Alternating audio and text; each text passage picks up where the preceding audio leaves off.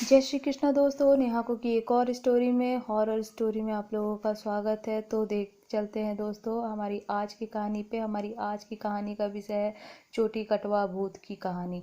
चोटी कटवा भूत, यूँ तो कुछ लोगों ने इसे मजाक भी समझा, कुछ लोगों ने इसे चुड़ैल कहा, लेकिन हाँ, कुछ तो सच्चाई है इस कहानी में।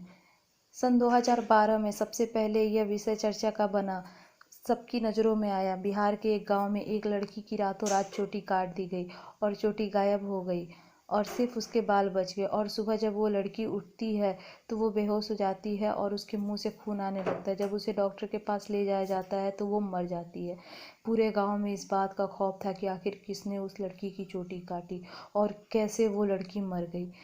फिर 15 दिन बाद जब पूर्णिमा आई तो फिर वहाँ से 100 किलोमीटर दूर एक गांव में एक लड़की की फिर से चोटी काट दी गई और उस लड़की का भी वही हालत हुआ जो उस लड़की की हालत हुई थी। वो लड़की भी मर गई। इस बात का खौफ इतना बढ़ गया कि एक एक करके करीब 5 लड़कियों की जब मौत हो गई तब लोगों के चर्चे के विषय में ये विषय आया कि आखिर ये चोटी काटता कौन है और लड़कियां मरती क्यों। क्योंकि जब हॉस्पिटल ले जाया जाता है तो लड़कियों को कोई बीमारी ही नहीं होती और उन्हें मरने में 2 सेकंड भी नहीं लगता था। तो दोस्तों, जब कुछ पैरानॉर्मल एक्सपर्ट्स ने इसके विषय में जांच पड़ताल किया तो उन्हें पता चला कि एक चुड़ैल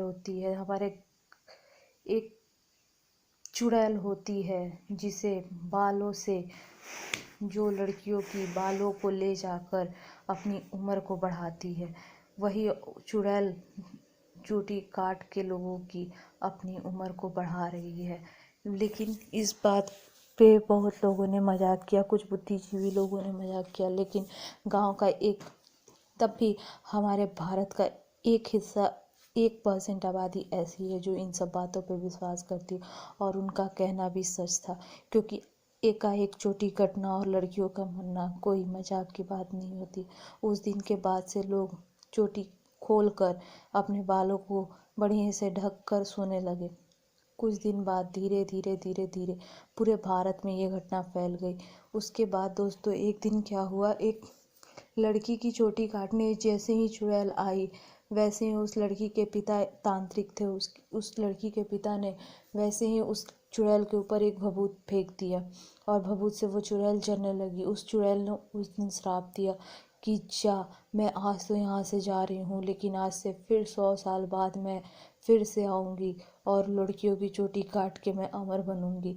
क्योंकि उसे करीब 21 लड़कियों की चोटी काटनी थी, लेकिन वह सिर्फ 11 लड़कियों की ही चोटी काट पाई थी। 12वां उस तांत्रिक की लड़की के पास गई तो वो तांत्रिक ने उस चुड़ैल को जला दिया।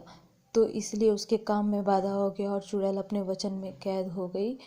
इसलिए चुड़ैल ने यह श्राप दे दिया कि 100 वर्ष बाद वो फिर से आएगी।